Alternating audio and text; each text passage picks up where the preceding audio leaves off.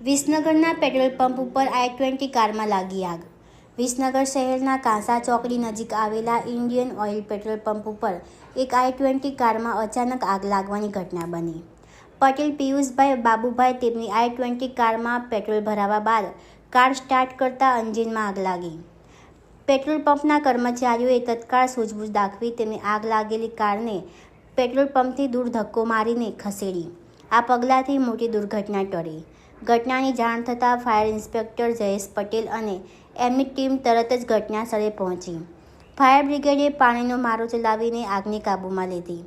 આગની ઘટનાને કારણે વિસ્તારમાં અફરાતફરી મચી અને મોટી સંખ્યામાં લોકો ઘટના સ્થળે એકત્ર થયા। શું નામ તમારું? પટેલ પિયુષભાઈ બાબુભાઈ। હું પેટ્રોલ પુરાઈ નીકળ્યો અને સેલ માર્યો તરત ગાડીમાં આગ પકડી લીધી। ક્યાંથી આવ્યા હતા? કઈ ગાડી હતી? શું કર્યું? ઘરેથી આવ્યો તો ગાંધીનગર જવાનું હતું એટલે પેટ્રોલ પુરાવા આવ્યો હતો। i20 હતી। કેટલા વાગે બની? સમથિંગ કેટલા અડધો કલાક ઉપર થયો। અડધો કલાક 10 વાગ્યાની આસપાસ। 10 વાગ્યા જેવી। એટલે અચાનક આગ લાગી ગઈ? હા, અચાનક લાગી। કોઈને નુકસાન થયું? ના કોઈ નહીં। શું થયું? તમે તરત નીકળી ઉતરી ગયા બહાર? તરત હા, પેટ્રોલ પંપવાળા ભાઈએ તરત કીધું કે નીચે આગ લાગી, બહાર નીકળી જાઓ તમે ફટાફટ। કેટલા જણ હતા એમાં ગાડી? હું એટલો જ હતો, બીજું કોઈ નથી।